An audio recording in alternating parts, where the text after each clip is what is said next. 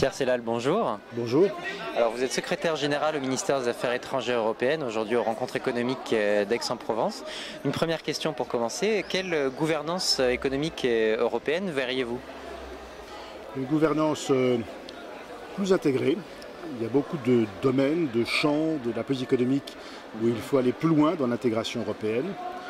Deuxièmement, il faut le faire en priorité dans la zone euro. C'est elle qui a besoin d'une intégration supplémentaire.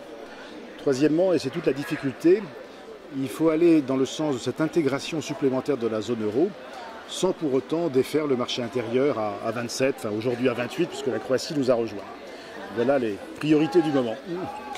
J'ajoute par rapport au thème général de ces rencontres et de la table ronde à laquelle j'ai participé qu'il faut travailler à l'articulation entre ce renforcement de l'intégration européenne et donc de la gouvernance européenne et puis la gouvernance mondiale. Il y a un rôle d'exemplarité de l'Europe par rapport à la gouvernance mondiale. Il y a aussi la nécessité, si l'Europe veut peser dans la définition de la gouvernance mondiale, à faire la démonstration qu'elle est capable de mettre de l'ordre dans ses affaires et d'aller elle-même plus loin dans la gestion collective des compétences partagées par les uns et les autres. Et alors dans cette idée justement, quelle place pour le couple franco-allemand pour une politique plus claire? L'Europe peut avancer lorsqu'il y a une force d'initiative. Ça ne veut pas dire nécessairement un leadership.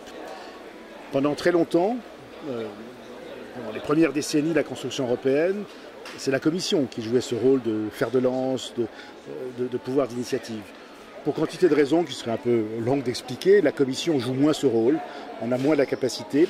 Et donc, une des explications de la moindre efficacité du système européen ces dernières années, c'est la faiblesse de la capacité d'entraînement. Nous avons absolument besoin d'une force d'impulsion, d'une force d'entraînement, et dans l'état actuel des choses, rien ne remplace un accord franco-allemand pour exercer ce rôle de conduite, d'initiative, pour entraîner l'ensemble.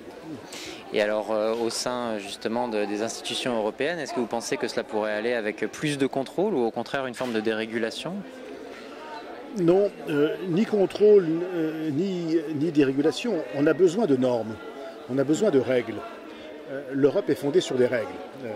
C'est une communauté de droit et le marché commun, le marché intérieur, l'union économique et monétaire reposent sur des règles. La difficulté politique aujourd'hui, c'est qu'il ne faut pas que l'image de l'Europe, notamment vis-à-vis des opinions, se réduise à des règles, à des normes et à des sanctions lorsqu'elles ne sont pas respectées. D'où l'équilibre à trouver entre les règles d'un côté, ce qui nous impose d'agir, et puis des politiques volontaristes, des programmes, des ambitions, des objectifs qui montrent aux yeux du public que l'Europe, ce n'est pas simplement la règle de la sanction, c'est aussi une perspective, un objectif et du volontarisme. Pierre Sellal, je vous remercie. Merci à vous.